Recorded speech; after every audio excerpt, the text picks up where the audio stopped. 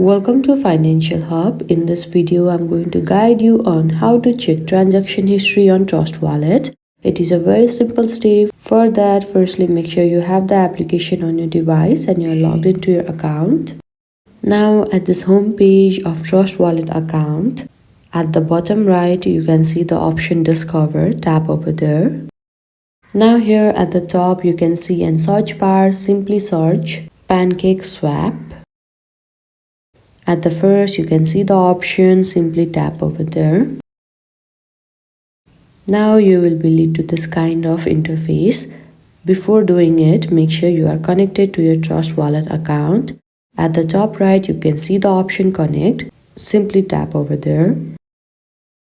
Now here at the first, you can see the option Wallet. Tap over there.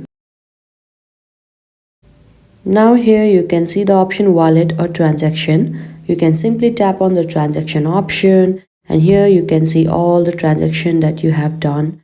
But right now I don't have any transactions, so you can't see the transaction history. But this is how you can check transaction history on your Trust Wallet. I hope you found this video helpful. Don't forget to like this video and subscribe our channel Financial Hub. Thank you.